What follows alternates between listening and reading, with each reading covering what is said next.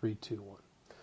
Hi, this is William Ramsey. Welcome to William Ramsey Investigates. On tonight's show, I have a very special guest. She writes as El Coyote on her blog, Hoaxstead Research. It's hoaxsteadresearch.wordpress.com, where she's compiled a voluminous amount of case files and stories regarding this event that happened in 2014, surrounding really what it was the release of videos involving two young children, I believe they were 8 and 9 at the time, telling very lurid tales about satanic abuse that was happening in their hometown of Hampstead in the north of London in the UK.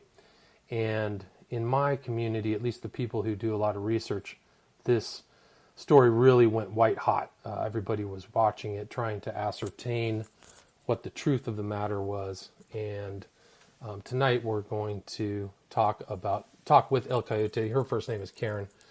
Talk about this case and try to go in greater detail. I've done a lot of recent reading, and I've come to the conclusion that there's a lot more to the story than a mere lurid tales told by an 8 and 9-year-old. So, Karen, are you there? Oh, yep, I'm here. Okay, good. Sorry. That's okay.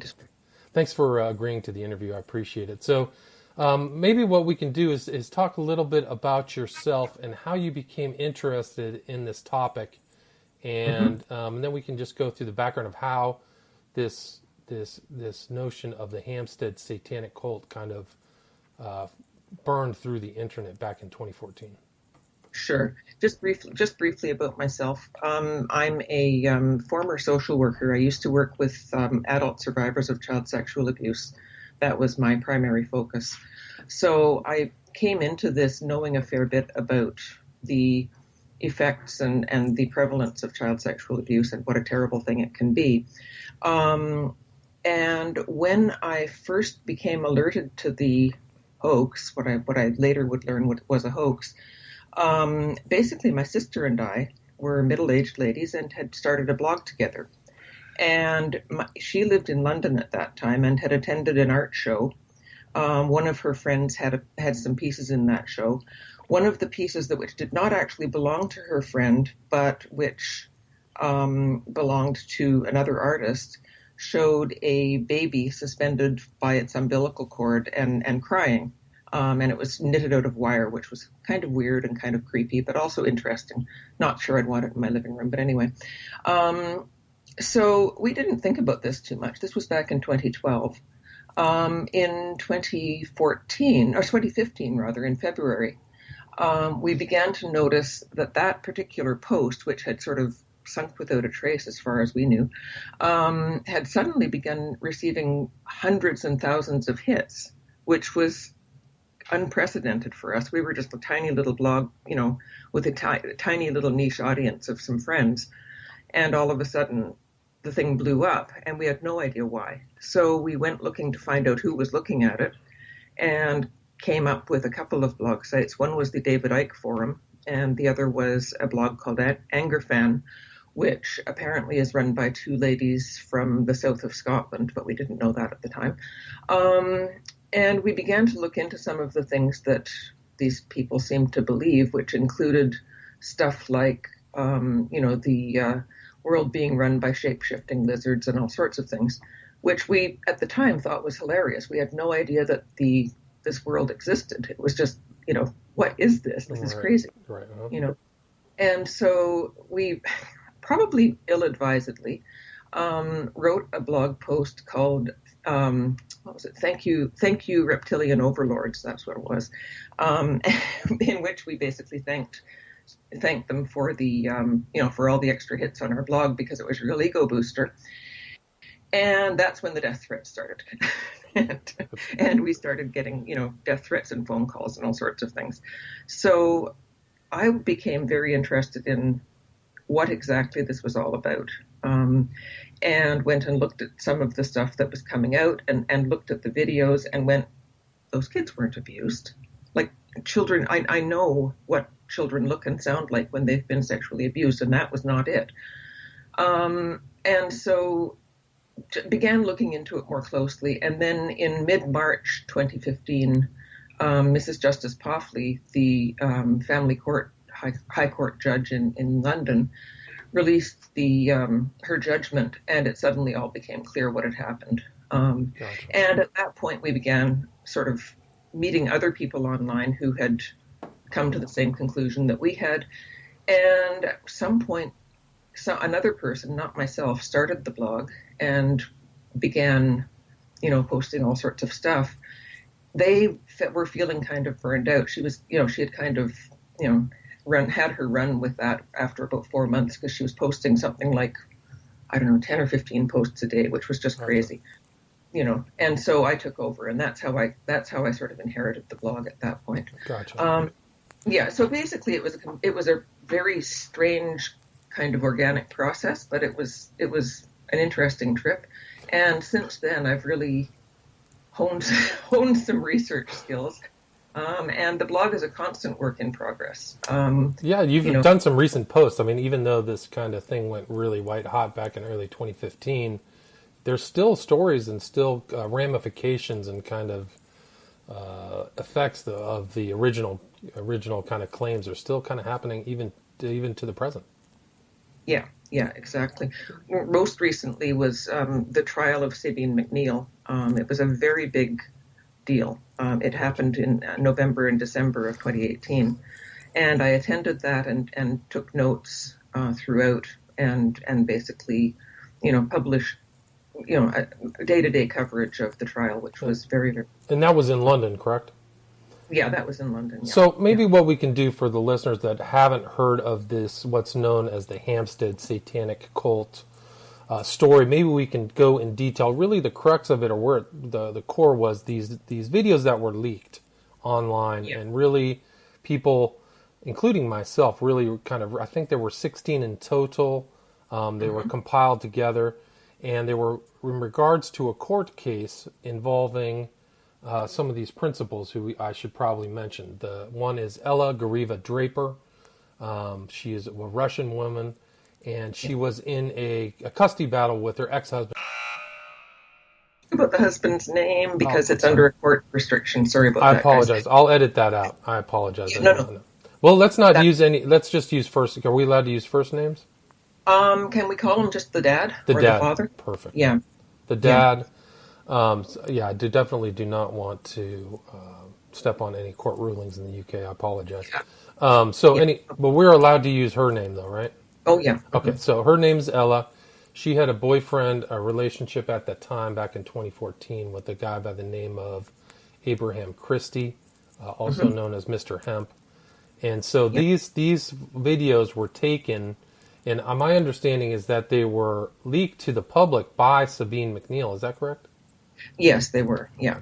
Gotcha. So they were not even supposed to be public. I mean, to my knowledge, they were involving this court case, correct? Well, yeah. Okay. They were supposed to have been made public, but not in the way that Sabine did it. Gotcha. Okay. Yeah. So Sabine McNeill was somebody who was associated with Ella Draper, and there's other individuals who kind of came onto the story as well, which we can go into in detail. But the core of it was these videos featuring these young little boy and a little girl, 8 and 9 years old, talking very bizarre, lurid scenarios of satanic and sexual abuse that you can probably find a much more in-depth. I don't want to really go into great detail, but they're very lurid and somewhat fantastical. There's elements of them involving stories that, they were abused by 100 people. I think that's on the video, but that was really how the core story started, and it really started people getting very interested in this case. Yeah, that's right. That's right. Yeah. What happened was that the mom and the dad, Ella and the father, had a very acrimonious breakup after the children were born, and in about 2013, so about September to November of 2013, Ella said that she wanted to move to France, and she wanted to take the children with her. The father knew that if she did that, he would never see them again, and so he took out a restraining order, basically an order that said that she couldn't do it. So fast forward a little bit to May 2014. The father has contact with the kids for the first time since last year, and that same month, Ella meets Abraham Christie. Gotcha. Now, Abraham has a criminal record, and it has a record of having abused his own children. I think you said he had 30. Did he have 36 convictions? Yes. Yeah. So, yes. so see, a very lengthy criminal record. Yeah, and he'd been involved in the criminal justice system since he was a child. Like he'd been in what they call a borstal, which is like a reform school, basically. Gotcha. So he had attacked his teenage son. He'd attacked his stepchildren, beaten them until they peed themselves, that kind of thing. So he got together with Ella, and at this point, Abe was marketing himself as a nutritional consultant. And he was trying to basically sell the joys of hemp because he thinks it's a magical cure-all. He actually has published things where he says that hemp extract can be used as a replacement for blood plasma. Wow. So I don't think that would work personally, but I'm just going to say I'm not going to be the one to volunteer. I won't either. Yeah. So in August 2014, Abe started calling his brother-in-law, whose name was Jean Clément, and he was a special constable with the Metropolitan Police in London. Now, a special constable is not not a standard employee. It's a voluntary position, and I believe they do get paid a stipend, but it's not, it's not a huge thing. They help out with the police, but. So Abe called this guy, and he said that he had information regarding child abuse, but he wasn't saying anything specific about it. He was just trying to sort of tell him that he had this. And Jean Clément said, "Well, do you have evidence?" And Abe said, "No, but I'll get some." Gotcha. So the next thing we find out is Abe comes back from Morocco, where he was calling from, brings the children with him to Jean Clément's house on the 4th of September, 2014. And they do this long, involved audio recording, which Jean Clément recorded. And they talk about all sorts of just completely wild and wacky things about, eating babies and killing them, and how they've been sexually abused by everyone in their school and many people outside their school, and the whole thing. It's just they lay it out. Right, and that audio is often not listened to people who are interested in the subject of Hampstead. It's a fairly detailed, long interview that is audio. You can find it online, but I think it's about 45 minutes in total. And it's long, yeah. Yeah, it's very long. So there's a lot of talking, but there's also, you can see Abraham Christie's talking with the kids and encourage them. I think there's one sequence where he was having them chant, "Kill them, kill them, kill them," and kill the baby, kill the baby. Yeah. Right. So you see this, and then he says, "I like how that sounds." Right. So there very odd, and also it's also interesting in that audio is where Ella Draper goes from this satanic abuse theme right into custody. So there's also this element where she's really focused on her ex-husband, and I think that audio is very important for people to listen to if they're interested in getting to the truth of what I believe is really happening in Hampstead. Also, when you mentioned, I think it was Miss Justice Poffley, she said in her opinion on March 19th that Jean Clement Yahiru, and she said, with great presence of mind, Mr. Yahiru recorded the conversations between himself, Mr. Christie, the children, and the mother on his mobile phone. So that's a very important piece of evidence, in my opinion. Yeah. So, now, the sad thing about that was that the police actually put it away in a locker and didn't bring it back out until after the investigation, mainly because I think they didn't want to toxify the investigation. They wanted to come into it just asking the kids what had happened and letting the kids tell the story. However, what Mrs. Justice Poffley said, and I agree with her, is if they had heard the video during the investigation, things might have taken a very different turn. In other words, they might have arrested Abe and Ella right there on the spot. Right, good point. Yeah. So they were coming into the investigation, and there were police involved in going to Ella's house and talking to the kids and trying to ascertain what the truth of the subject was. They actually went. There were accusations by the children of this cult being involved at a Christ church, if I remember, mm-hmm. And so they actually visited the church. Mm-hmm. So they really were. I mean, according to the records, they're looking into these allegations with objectivity and really trying to figure out what's going on. Yeah, no, they did investigate the church. They did question people. They basically, did a lot of stuff it has been mainly dismissed by people who want to believe the hoax for whatever reason.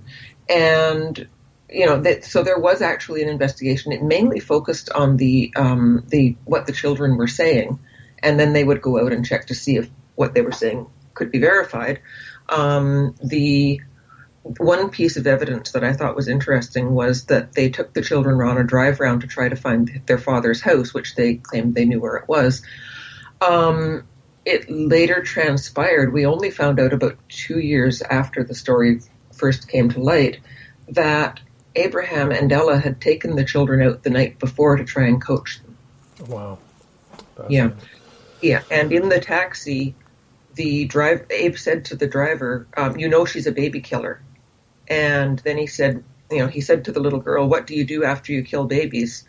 And the girl replied, I eat them. And what do you do after you eat them? I drink their blood. And what does your dad do to you? Sex. So he was making her go through this with the taxi driver.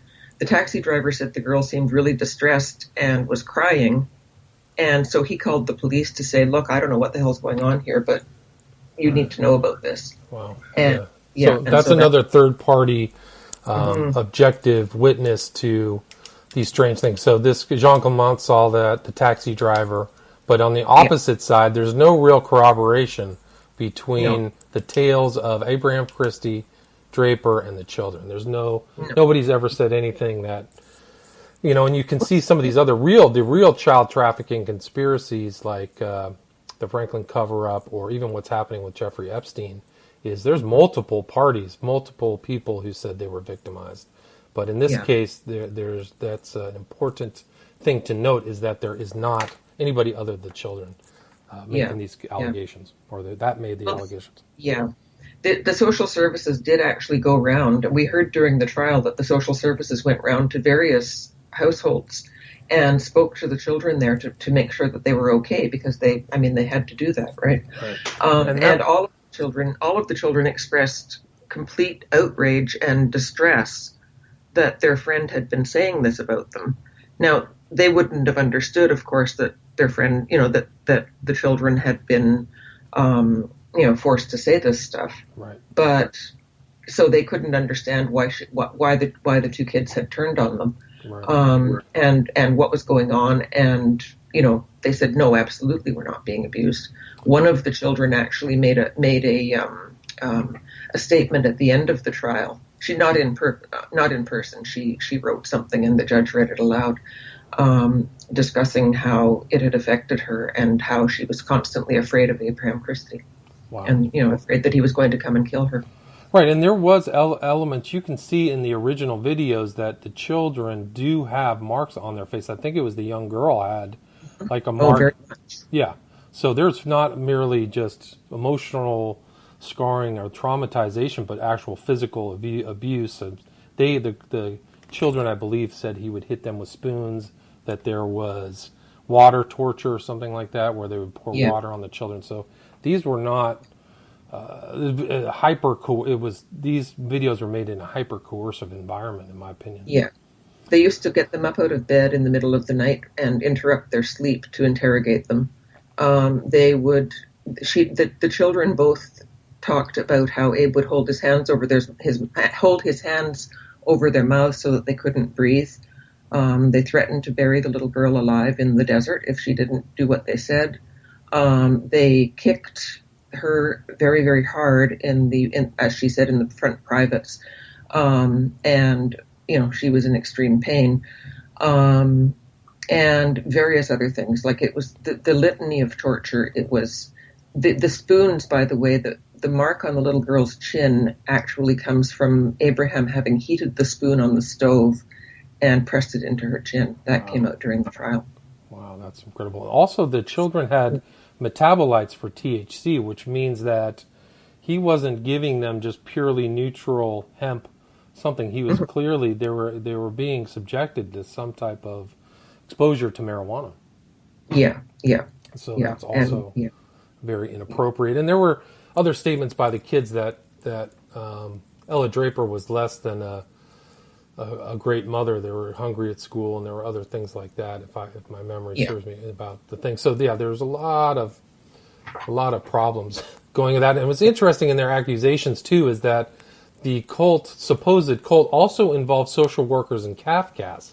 So it's almost like there was this roll call from Ella's mind of people that she was having trouble with, who just also so happened to be in a very broad-based satanic cult. That's right, yeah. They threw in pretty much everyone that they'd ever had a beef with in Hampstead. Right. What's Kafkas for the American audience? It is like a social worker group, right? It's an organization that deals, you know what, I actually can't remember what the acronym stands for, but it is an organization that helps to determine what happens with kids during acrimonious split-ups between couples. Oh, interesting. Yeah, so they were together for 3 years, Draper and the dad, and then things went south. And there was also this achieving best evidence. There were officers who interviewed the children and also the mother as well. That's right. And I think it was interesting because one of the officers, so this is another party. So these are like, there's a judge, there's all these people who are having the taxi driver, Jean Clement, but these officers, Martin and Fernandez, said, Draper told him a great deal about the abuse, but there were no tears at all. There was, he said, a distinct lack of emotion. It was just like she learned this. It was quite strange, is what one of the officers said. Yes, yeah, that's right. That came out in the trial as well. The thing is, what happened was that after the videos were leaked, I think people began to, first of all, they believed everything. But then the judge put out her statement, and following that, I think basically in an effort to have people continue to believe them, they began kind of throwing out pieces of police evidence that had come to Ella, that she would have received those as part of there are details in here that I'm neglecting. One is that she fired her lawyers multiple times. So I think it was the third time that she fired this one firm of solicitors. They basically handed her all of her paperwork and said, "Oh, fine, you deal with it. We're out of here."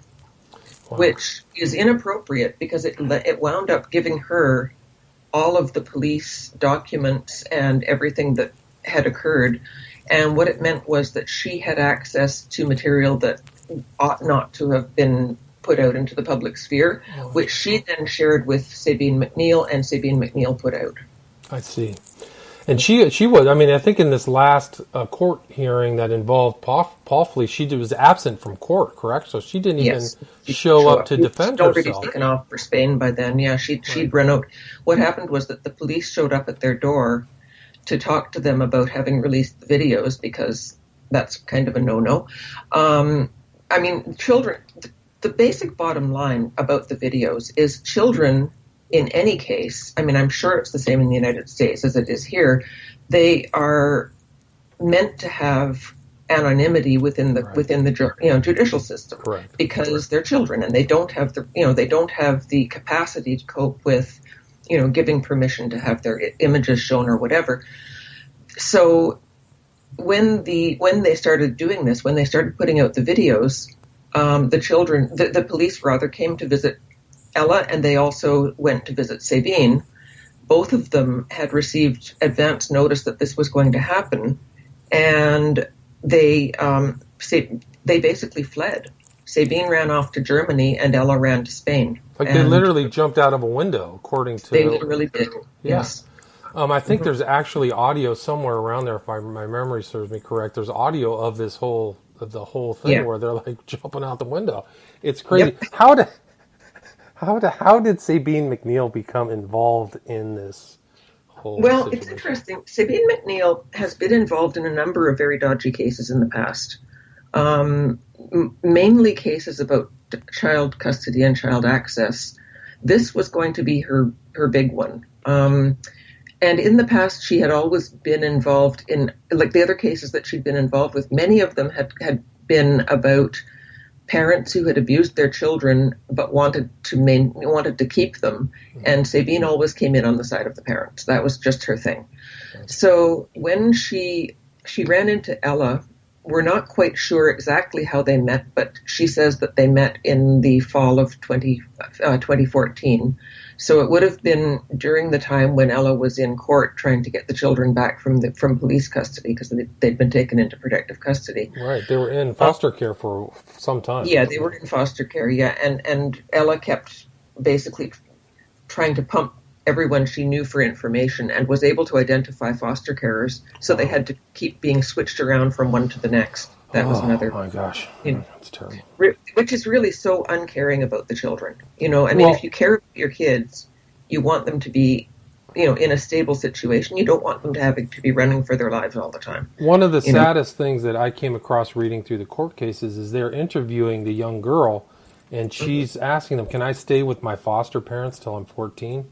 Like it's just like heartbreaking. Like she didn't even want to go back with this whole mess she was involved in, and like there was something in the court. They were in court for 6 years. I mean, you talked a little bit about it, but they've been in and out, 7 different judges, 9 hearings. I mean, it's just a whole litany of these dragging these kids around who are, super young. Yeah, so it can't be good. So Sabine MacNeil, but was she known as a MacNeil friend?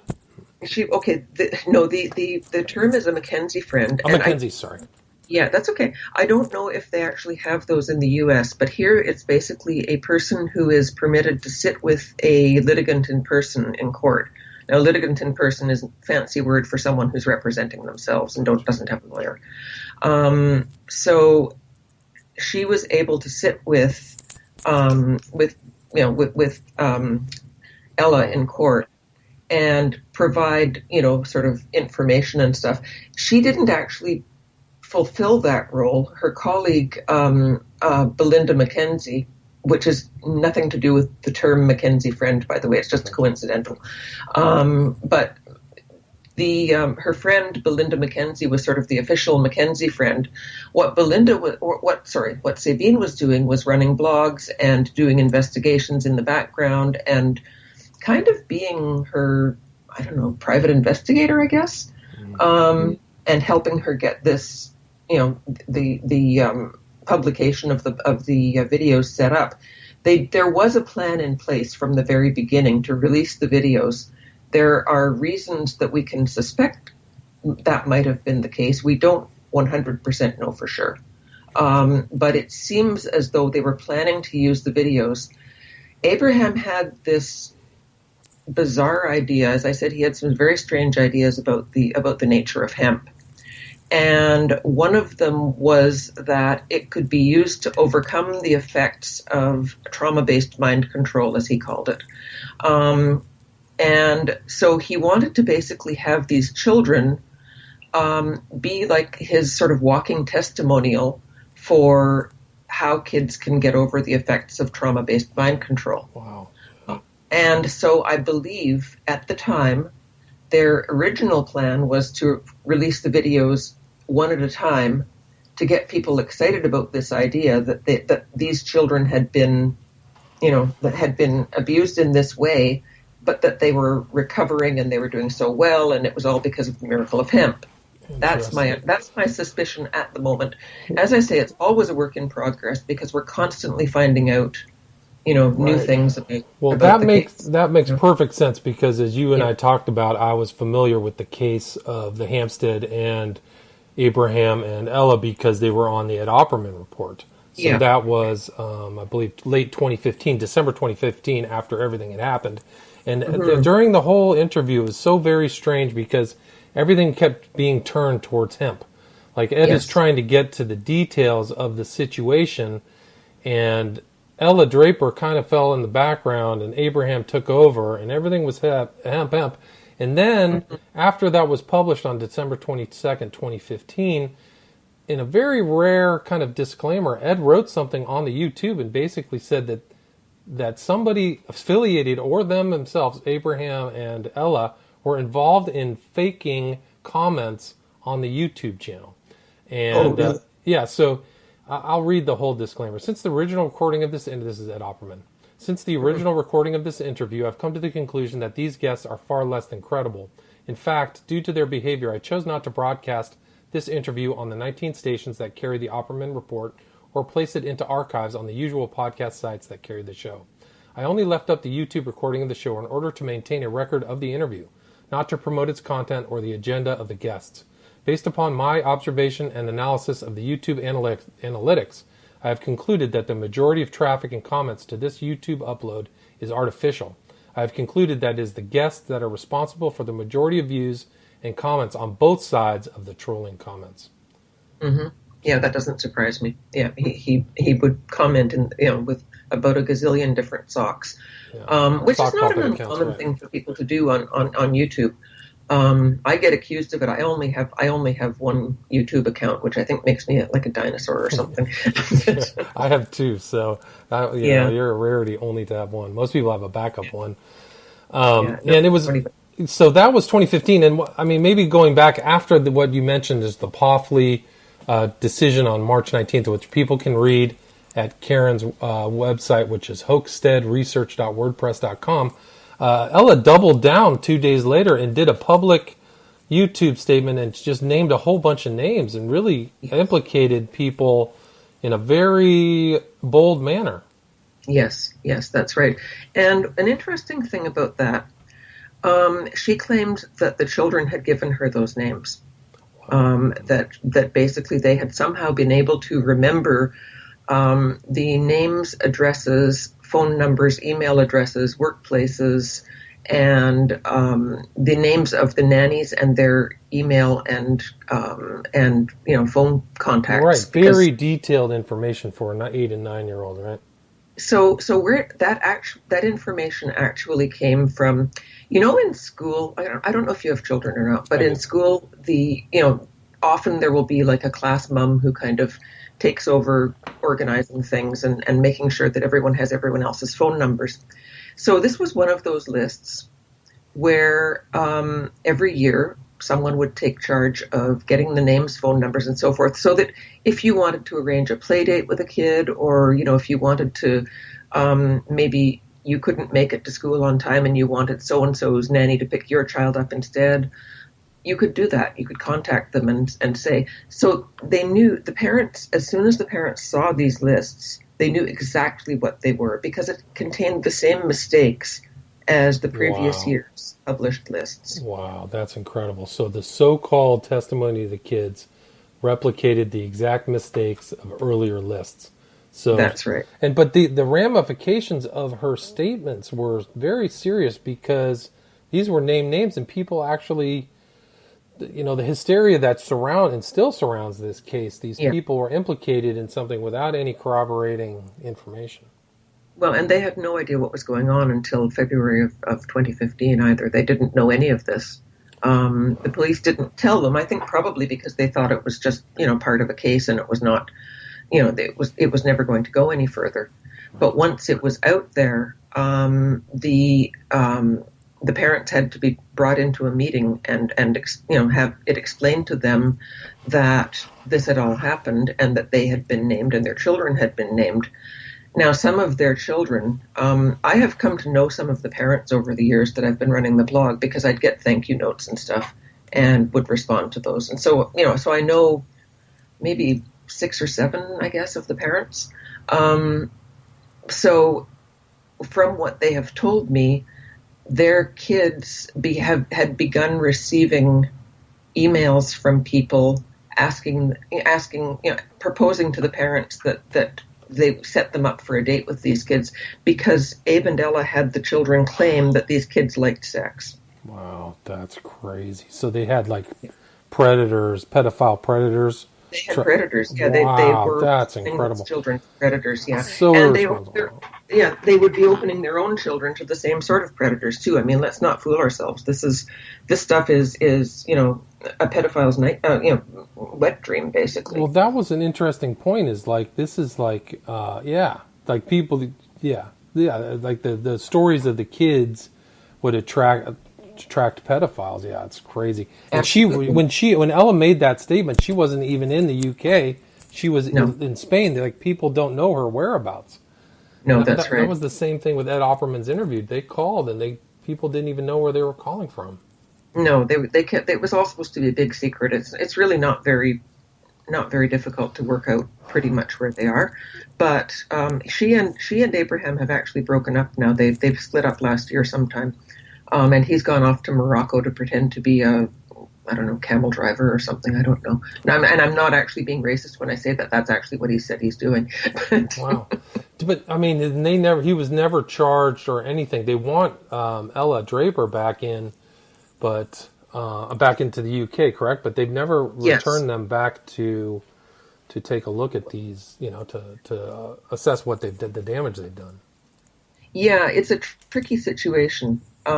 Because the way I look at it, and I don't know for sure whether this is the case, but my concern is that if they bring them back and take them to court, those children are going to have to go into court and testify against their mother. That's the only way they'll get a conviction because the mother could very easily say, none of this is true. My children know that that I only had their best interests at heart. They need to testify to show the truth. And that would be really reopening the wound for them. So while on the one hand, I would really like to see Ella come back, and I think that would be, a just and moral thing to happen, I also am concerned that the children might be put on the stand. And that's, that would be a problem. And they're what? They have to be close to 15 or 16 right now? 12 and 13 now, I believe. Gotcha. Yeah, they were 8 and 9 when the videos were taken. But so this, really set off this firestorm around the internet, but that wasn't when they fled the UK, that wasn't the end. There have been these other cases that involve perverting the courts of justice, where some of this kind of group that surrounded this case, particularly in the UK, and actually somebody here went to jail, somebody from the US, his name was Rupert Quaintance, for American Freedom Radio, which a lot of people who listen to my show are familiar with. But maybe you can talk about this Sabine McNeil, Nilu Berry, and just what happened in court these people really are true believers. What happened in court on July 18th and 11th of 2016? Yeah, that was the first sort of major trial. There had been other arrests and trials before that. There was a woman named Christine Sands who claims to be the head of Anonymous in the U.S. I don't understand how that works, but anyway. She was arrested for basically causing a disturbance at the church and screaming at parishioners, which is kind of not a nice thing. So she was actually deported back to the U.S. There was another lady named Nilu Berry. She was with Christine at the church and was also screaming at people. She was arrested. That one fell apart because the Crown prosecutor basically messed up and didn't show up at the trial, which was unbelievably stupid. So then the following year, what happened was, as I said, Sabine McNeil, the Mackenzie Friend person, used to run some in the range of between 40 and 60 different blogs. Wow.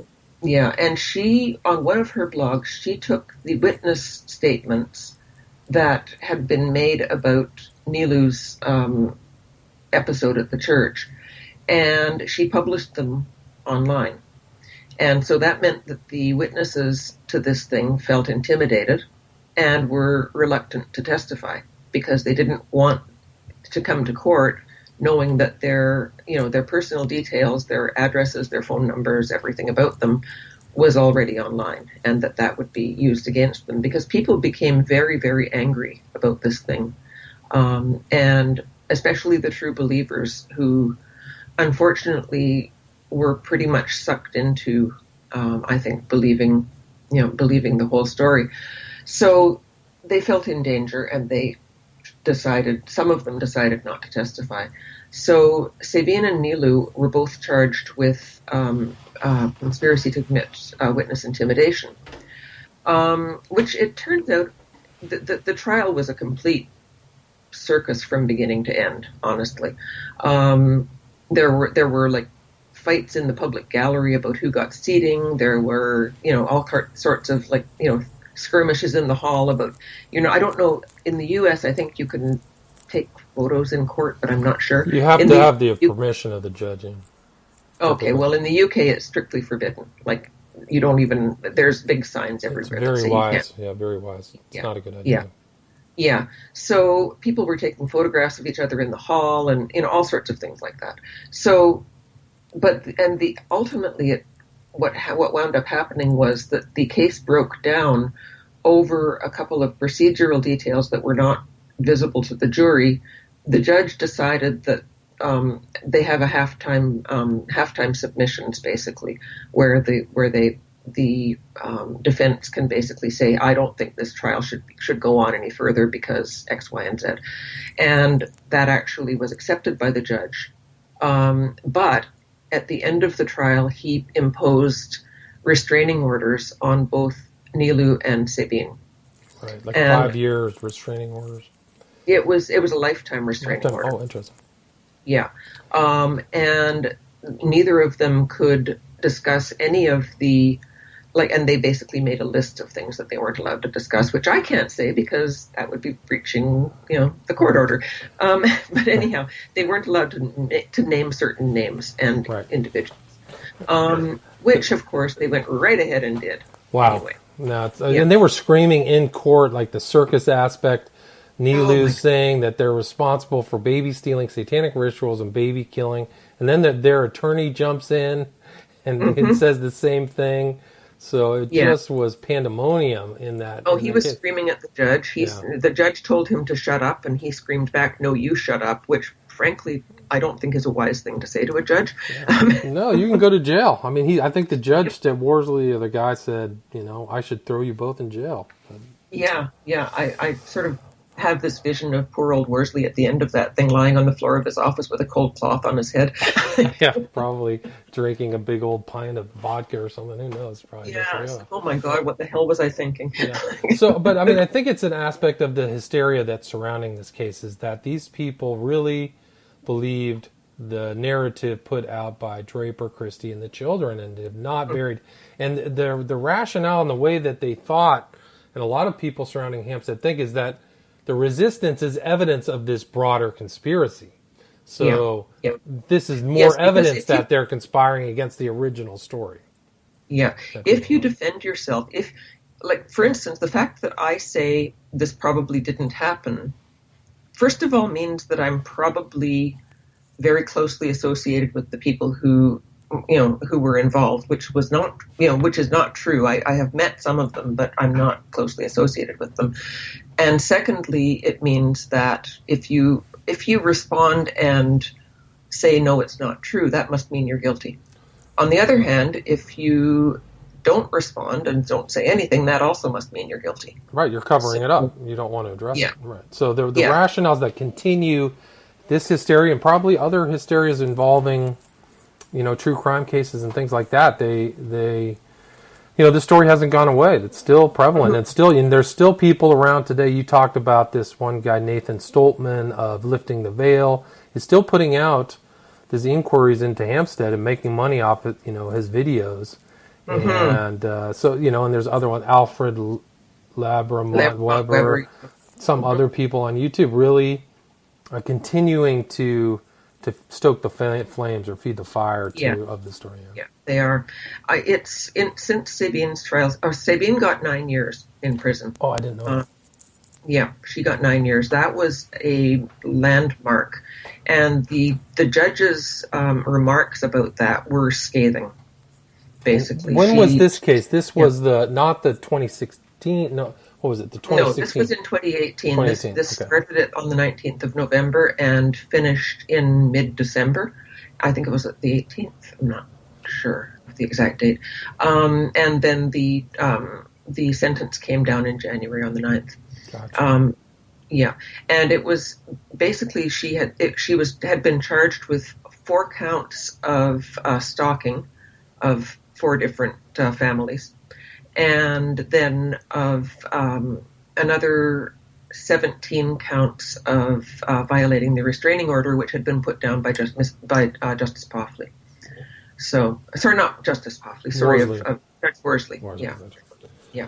And so, but can you talk a little bit about the scathing statement by the judge that convicted her in 2018? Oh man, yeah, it was something else. She was basically, I think she was, she said that, she had destroyed the lives of a great number of people. That her, she had basically done it out of ego. Because she was, the way they looked at it in the trial was that Sabine was attempting to blackmail a judge, which was exactly what had happened. And the court does not look favorably on that sort of thing. No. Well, how was she trying to blackmail him? Well, it was about Mrs. Justice Poffley. What she had said was, what Sabine said to the judge was, "You give back the 2 children of Ella's, and we will not release the videos." Oh, wow. Now, if you think about that, first of all, it's blackmailing a judge, but it also says that Sabine did not believe that the hoax was real. Because if she believed that the hoax was real, she would have never even thought about withholding the videos, because she would have said, there are all of these hundreds of babies being killed, and there are, small children being sexually abused by hundreds of horrible people with skulls around their waists, and babies being sent in by DHL and all sorts of things. Right, at McDonald's, at the swimming pool. Yeah. So how would you make a deal to save 2 children for their mother in order, and then allow all of this to continue? Right, and then allow the other 50, all the other babies that are being shipped in by DHL to continue, right? Good point. Yeah. And there are other kind of tells and giveaways with Abraham Christie as well that, they do things that's pretty, why are you running if you're so honest? Why don't you just stay? Where's the corroborating information? Yeah. There's all kinds of problems. But that's right. Sabine McNeil, I've heard some of her talks, and she is, I don't know if she continued that kind of high-level enervation or hysteria, but the way she talks, she was always... She's always on the verge of hysteria. Yeah, hysteria. She's about to crack, but she holds it on for like an hour. Like there was an interview with her from Germany where I was like, take a deep breath, and it just didn't stop. It was amazing. So... Yeah. No, that's right. That's right. But then this... Sorry, please continue. No, that's okay. When Judge Cahill, she was the judge in Sabine's case, said this has to be one of the most serious cases of stalking and breach of a restraining order that there can be. The direct consequences of your actions are that for the 4 families concerned in counts 1 to 4, you have ruined all normal family life.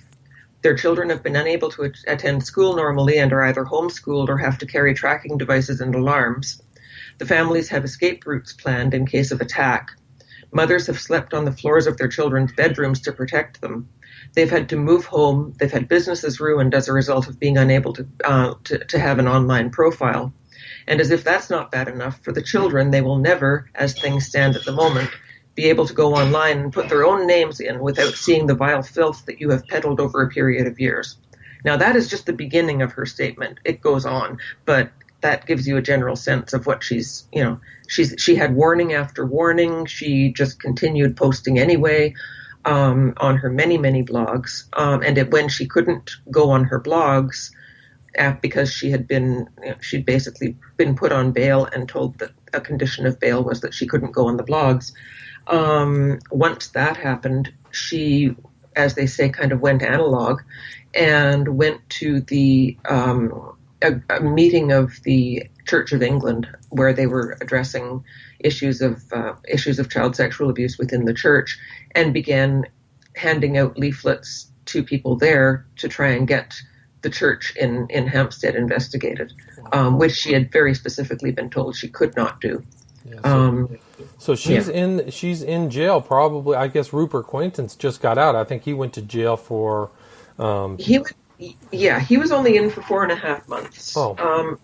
Which sounds like not that much, but I understand that Wandsworth is a pretty nasty place, and it's one of those sort of very overcrowded prisons. So I can understand that he might have had a rough time there. Unfortunately, he basically worked with Sabine McNeill and a lady named Angela Power Disney who lives in Ireland. And they kind of brought him over to the UK to quote unquote investigate, and filled his head with all sorts of things. And he came over very excited and made threats about drawing blood and kicking down doors and all that sort of thing. I think he said, "I want to go the violent route. I don't want to kill them. I just want to beat them up all real good, scare them to death." There's pictures of him in front of the church. He was featured in the Mirror UK, so there was a couple articles about him. So he clearly intimidates. So the intimidation of these researchers, so-called researchers, really was real, and those are the ones that are just publicized. Because there's other videos online of people standing in front of those churches and screaming at random people, really worked up. So the hysteria was really long running, and it's still they're still happening today. Just like you talked about, Stoltman is still publishing stuff about. Stoltman does it because he can make money at it. He gets clicks. They're monetized. His videos are monetized. Some of his stuff is being taken down now, which I'm very happy to see. I believe that YouTube is beginning to take complaints against these things more seriously. As far as I'm aware, at present, there are about 4,500 YouTube videos that either name the father or name the children, or have videos directly of the children. And YouTube was served initially with a court order back in 2015, and they straight out said, we don't have to obey this because there's some loophole that we can get away with not doing it, which makes no sense, really, if you think about it. No, it doesn't make any sense. It's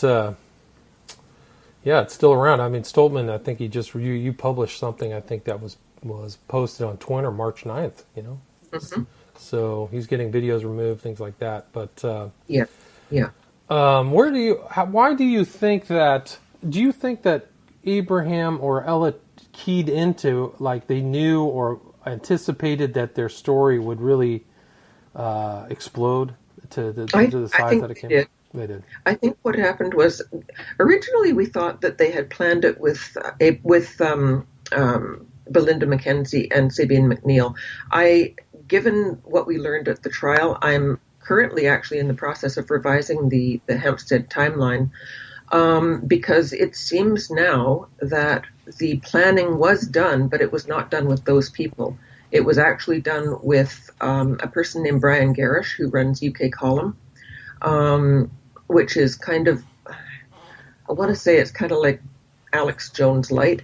Gotcha, right. Yeah, there are some suspicions about him, his interest, and why he's involved. But somebody seemed to have known that this would be like setting off like a atomic bomb on the internet, because it really did take off. And I was watching the videos and things like that.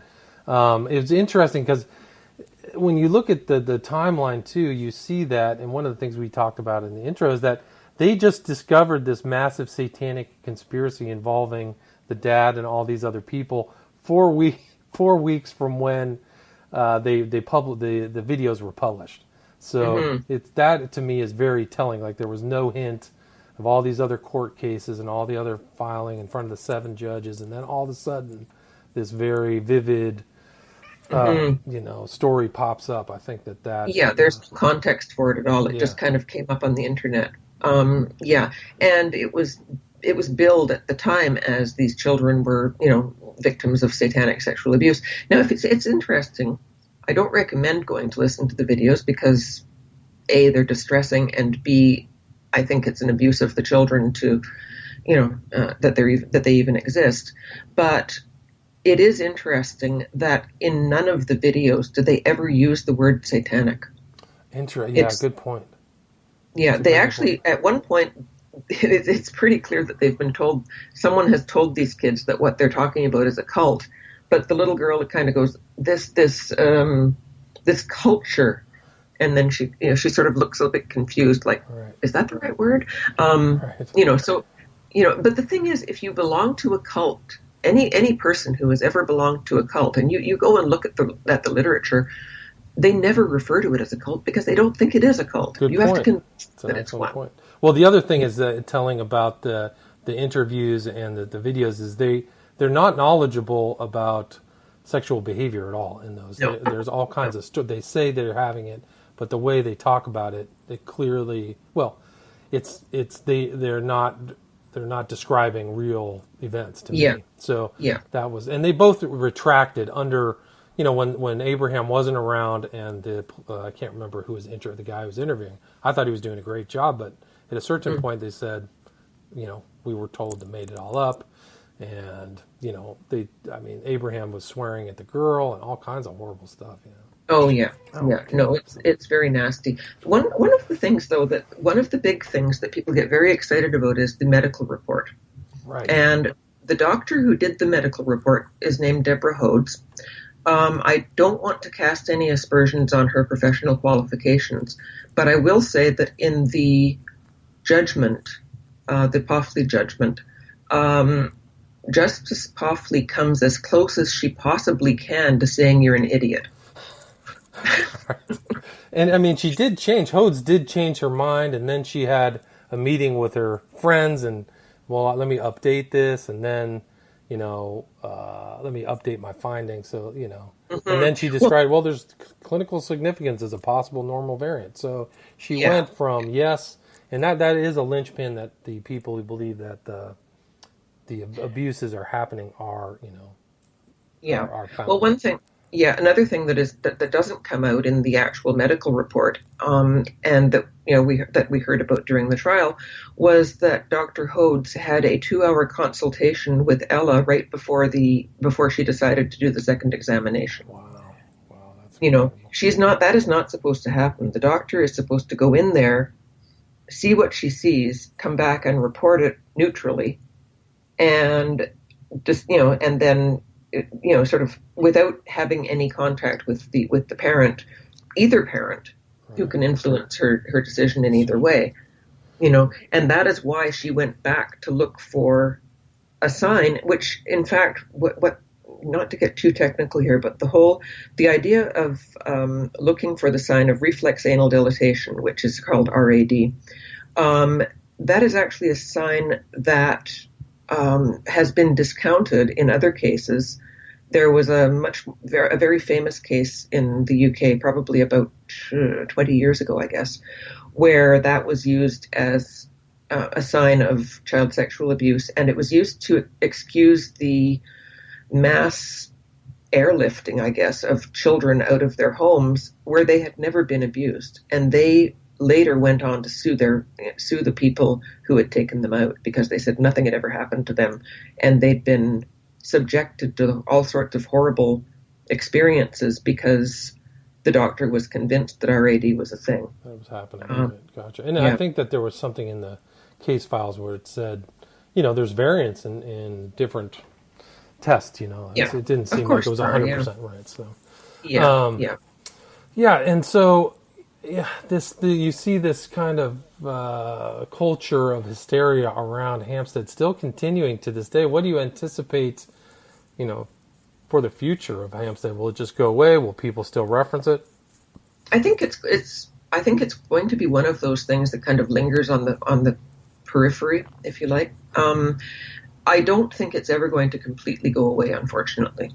I think that there's too much out there and too many people kind of coming across old bits of hysterical reporting and going like, oh my God, Right. you know. And it's the internet. It's very hard to erase anything from the internet. That's a great point. Yeah. Yeah. That's one of the reasons that I keep writing the blog, and that is basically to show that more information keeps coming in about this case, and there needs to be some place online that says, this is bullshit, people, you're being snowed, you know? By the original people, yeah. It's really a remarkable event. I mean, it's one of those things that'll go down in recent internet kind of alternate media as one of the more interesting hoaxes that people have latched onto and really looked into. I think that if they know the context, if they know the custody context, they've been in and out of court, that the mothers and possibly could lose custody. You see the rationale and how her relationship with Abraham facilitated this story, and how he may have even dominated her with his kind of sensibilities, so to speak.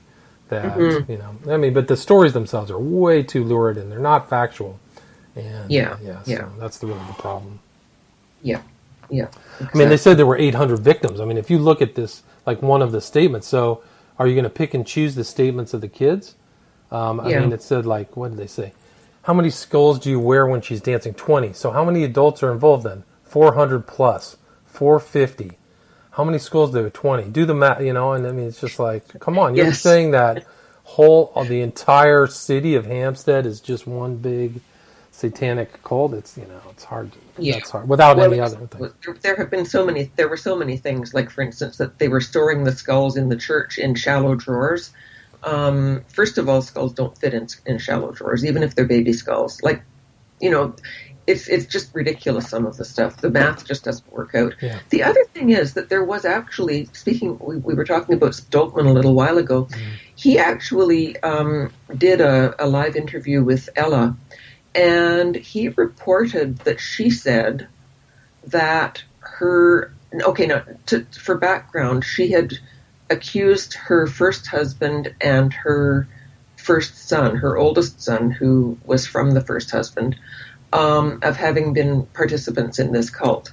Right. She told Stoltman later, like in 2017, I guess it was, that she'd been mistaken about this, except that she'd had the children say it. So it's on the videos where the children basically talk about their stepbrother or half brother rather, and his dad having been involved in this cult, and Abraham talks about it in the Jean Clément tapes. So it's one or the other. She's inconsistent. Right. Yeah. She's inconsistent, and it's clear that she had them make this up. She basically got them to say something that was not true. Was she trying to get the custody of the other? What time? When did the custodial rights vacate for children in the UK? Do you know? Is it 16, 18? When are they emancipated? Or that is a very good question. I believe it would be 18, but I don't know. I know that the older son was past the age of emancipation. He was over 18 when she named him. Gotcha. But. And that's how she got the last name Draper. That came from her first husband. That's right. That's from her original name was Gariva. Yeah. Gariva, right. Karen, is there anything that you'd like to add, or anything that we missed that you'd like to impart, as well as just restating your blog again? Yeah. Basically, just that I find it disturbing that people are so willing and, in fact, eager to believe this, and upset when they find out that it's not true. If I were to find out that children weren't being abused, I would be overjoyed. Right. And yet when you tell people this, they become enraged. How could you say such a thing? It means you don't believe anyone. It's like, no, I believe children were abused. I used to work with them, for God's sake. I mean, that's a sad tale too, because kids are being abused.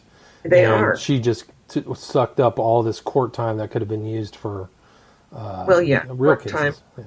Yeah, court time, court money. And the other thing is that it affects the lives of other victims, because it affects their credibility. Right. You know, the more people make up stupid stories about having been sexually abused by like aliens or whatever, or Satanists, or I don't know, all of this nonsense, the more they make this stuff up, the less credibility other real victims have, and that puts them in a bad position. It's like false allegations make things terrible for everyone. Right. You can look at the current events at Jussie Smollett. He made up these fake allegations that affect everybody else who wants to make real allegations, right? Exactly. Yeah. And it just makes people brush them aside and go like, oh, that's not real. You're just a wannabe. Right. But there are people really suffering out there. There are children really suffering out there, and they need to be helped and dealt with. That's a great way to end it. So it's Karen. Your blog again is Hoaxstead Research. It's HOAXTEAD RESEARCH at WordPress.com. People go check it out. It has tons of information right from the beginning of the case to the present. Look at the court cases. Look at the Poffrey decision. Look at it all in context. And you also have you also wrote out all of the things we talked about. The Jean Clement audio is there too, and I would recommend people check that out as well. So very important. Karen, thank you so much for the interview. You're so welcome. Thank you. Okay, I'm going to stop that.